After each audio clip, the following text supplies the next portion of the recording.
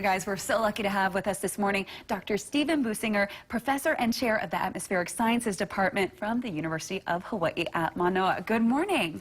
Good morning. Okay, so Doctor, we are tracking, of course, this monster system. We saw it weaken a little bit since the 5 a.m. update, again, with current sustained winds at 155 miles an hour. So slightly weakened compared to last night, but this is still a very powerful system. It is. It definitely has me worried, and I think everybody should do what they can to prepare today. Don't wait. I had a handyman come over to my house last night and hammer some hurricane ties to keep the roof on. Did you really? So it's an unpredictable situation a little bit. We don't know for sure exactly what the track's going to be, and it's so close to the Hawaiian Islands that everyone needs to really stay tuned. Okay, and speaking of the track, because again, the Central Pacific Hurricane Center's track is kind of just skirting the island chain, what is this looking like it's going to do, and why is it on the track that it right now is? Hurricanes are steered by the deep, mean wind in the layer around the storm. And this storm is kind of complicated because it's at the lower levels it's got northeast trades, and at the higher levels it has increasingly south and southwesterly flow. And so it's coming into that influence of that southwesterly flow, and it's turning a little to the north. And that's what's got it on its track that it's on today. It is expected to weaken a bit over time because of this wind shear, the difference between the low level and the upper level winds. So I'm hoping that the stuffing gets knocked out soon, but it looks like it's a very dangerous storm, and we have to keep a close eye on it. Okay, and let's talk a little bit about that, because again, the impacts are still fairly severe, which is what makes it so dangerous. So in terms of impacts, what are we expecting from this, and also what's the timing that we'll be seeing those impacts? Well, the official track takes it very close to Maui County and also Oahu over the next couple of days.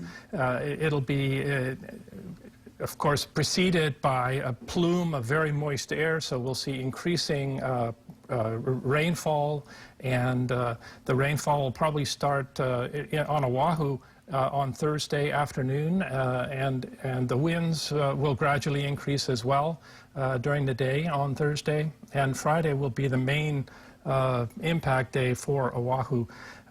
If the track remains as is forecast now, just to the south of the island, then perhaps the major impact will be the storm surge and the high waves.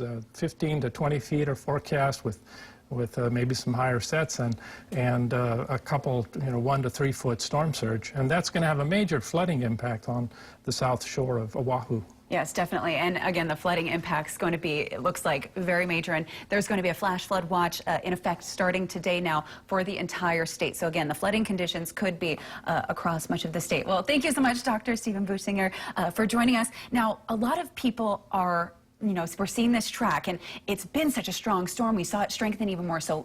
Last night when it was a Cat 5, it started to weaken, but it's not weakening just yet. Now, people are kind of worried, what if this doesn't weaken quickly? But it is still forecast to eventually get into that wind shear still, right? Correct. Okay, yes. So again, a lot of people I know writing in on Facebook saying, well, when is this going to weaken? Again, it is going to be coming as it continues to track more northerly.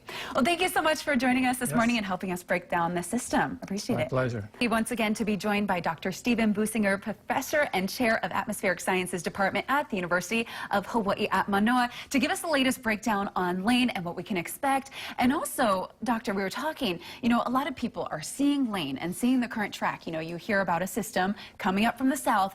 A lot of people are thinking back to Iniki, but explain how Lane is different from Iniki in terms of, well, first off, direction and intensity, and is it very different? Well, there are some similarities. Both storms are coming up from the south. The difference is that in Iniki, the winds were more favorable for that storm in that all the flow was kind of coming in the same direction and steering it towards Kauai. It made a rather sharp turn, and that was due to flow that was coming from the south. In this case, we do have some flow from the south, but it's kind of in the mid and upper levels of the atmosphere. In the low levels of the atmosphere, we still have northeast trades. And so that situation is not as favorable for the storm, and therefore it's expected to weaken, as you can see, from a Category 4 to a Category 2 storm over the next 24 to 36 hours. So it should weaken more than Iniki did, and also it is expected to start turning then towards the west. And the forecast now is calling for it to stay far enough away from the islands that it won't make a direct hit. However, it's a big storm. We still will expect very heavy rainfall and still some storm force winds. So there's a lot to be concerned about.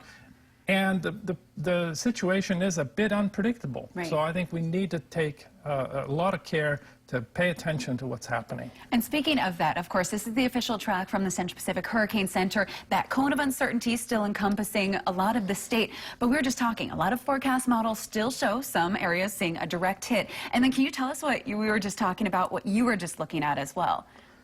Well, I was looking at some of the satellite data. The satellite cloud drift winds can be used to tell something about what's happening in the atmosphere. And that's what gives us an indication that the storm will weaken and that it will start turning more to the west. And it has to do with the flow in the lower and mid-levels and upper levels of the atmosphere. So I think the forecast is coming together pretty well, and I'm expecting that the storm is going to miss the Hawaiian Islands. Okay, but we need to stay tuned. Right, which would be great news. But again, even if we don't see a direct hit from the actual center of the storm, we could still see some very big impacts. So make sure you have your hurricane kits ready and make sure you're prepared for the system. All right, well, Dr. Stephen Buchinger, thank you so much for joining us once again this morning. So lucky to have you and your insight. Appreciate it. Thank you.